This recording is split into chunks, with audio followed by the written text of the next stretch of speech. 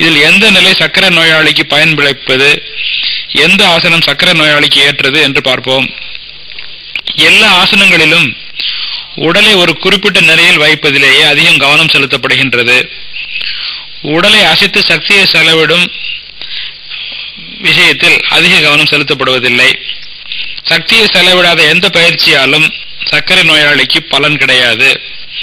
சர்க்கரை நோயாளிக்காக பரிந்துரைக்கப்படும் ஆசனங்கள் தனுராசனம், பశ్చిమோத்தாசனம், மயூராசனம், சர்வாங்காசனம் ஆகியவை.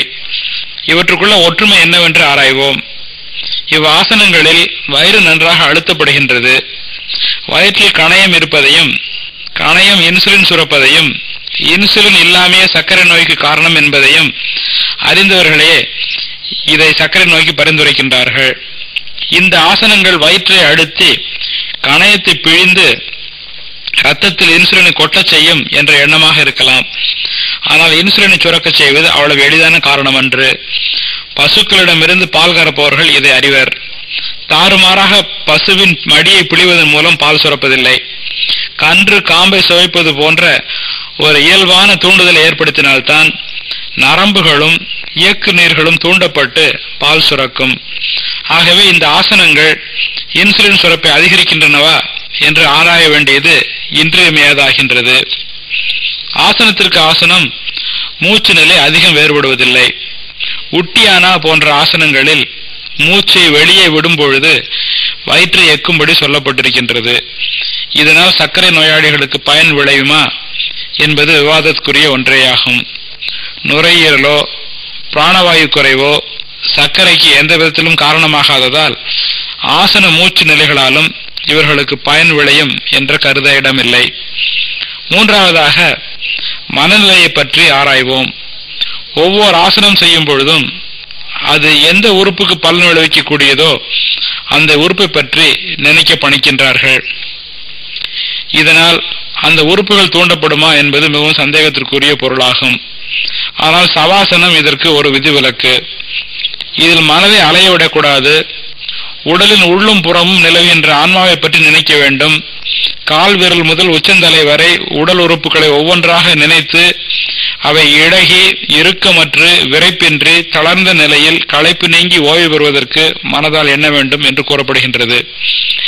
இதை சுருக்கமாக கூற வேண்டுமென்றால் உடலையும் உள்ளத்தையும் இறுக்கம் தளர விடுதல் எனலாம். இதனால் சர்க்கரை நோயாளிக்கு நிச்சயம் பலன் இருக்கலாம்.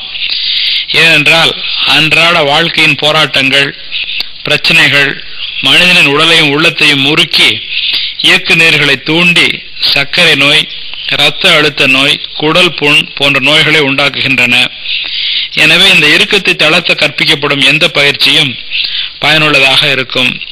முடிவாக சக்தியை செலவிடும் பயிற்சிகள் சர்க்கரை நோயாளிக்கு பயனளிப்பவை என்றும், மூச்சும் இதயமும் துரிதப்படுத்தப்படும் பயிற்சிகளால் நுரையீரல் நோய்களும் இதய நோய்களும் பயனளிப்பவை என்றும், உடல் உள்ள இறுக்கம் தளர்த்தும் பயிற்சிகள் இவை அனைத்திற்கும் ஏற்றவை என்றும் கொள்ளலாம்.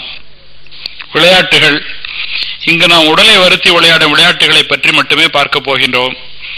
ஓரிடத்தில் அமர்ந்து மூளையை மட்டுமோ கைவிரல்களை மட்டுமோ பயன்படுத்தும் விளையாட்டுகள் சர்க்கரை நோயாளிக்கு பயன் அளிப்பதில்லை. சின்னஞ்சிறு வயதில் ஒரு நாளில் பெரும் பகுதியை விளையாட்டில் கழிக்கின்றோம். பள்ளி செல்லும் பருவம் வந்ததும் நிலைமை மாறுகின்றது. கல்லூரி பருவத்தில் விளையாடுவதற்கு நிரம்ப வாய்ப்பு இருக்கவில்லை. ஏதேனும் அலுவல் கிடைத்தவுடன் விளையாடுவதை அறவே நிறுத்திவிடுகிறோம். இது நம் நாட்டில் காணப்படும் ஒரு அதிசய நிலை. வயது வந்தவர்கள் விளையாடுவது கேவலமாக கருதப்படுகின்றது. வயது வந்தவர்களுக்கு விளையாட சரியாக வாய்ப்பு இல்லாத நிலையும் உள்ளது. பள்ளிகளிலும் கல்லூரிகளிலும் பலர் உடன் இருப்பதால் பல விளையாட்டுகளை விளையாட இயலுகின்றது. ஆரம்ப சுகாதார நிலையத்தில் வேலை பார்க்கும் மருத்துவர் ஒருவர் யாருடன் போய் டென்னிஸ் விளையாட முடியும்? அப்படியே விளையாட ஆட்கள் கிடைத்தாலும் இன்னும் நம் சமூகத்தில் பலர் தராதரம் பார்க்கும் பழக்கத்தில் இருக்கின்றார்கள். இது போன்ற காரணங்களால் வயது வந்தவர்கள் நம் நாட்டில் எந்த ஒரு பயனுள்ள விளையாட்டையும் தொடர்ந்து விளையாட முடிவதில்லை. என்னிடம் வரும் சர்க்கரை நோயாளிகள் பலர், டாக்டர், நான் இளம் வயதில் சிறந்த விளையாட்டு வீரன், எனக்கு போய் இப்படி சர்க்கரை நோய் வந்து விட்டதே என்று கேட்பார்கள். இவ்வாறு இவர்களுக்கு சர்க்கரை நோய் வருவதற்கு ஒரு முக்கியமான காரணம் இருக்கின்றது. இந்த இளம் வயது விளையாட்டு வீரர் அதிக சக்தியை செலவழித்து வந்ததால் மீதியாக சாப்பிட்டு பழகியிருப்பார்.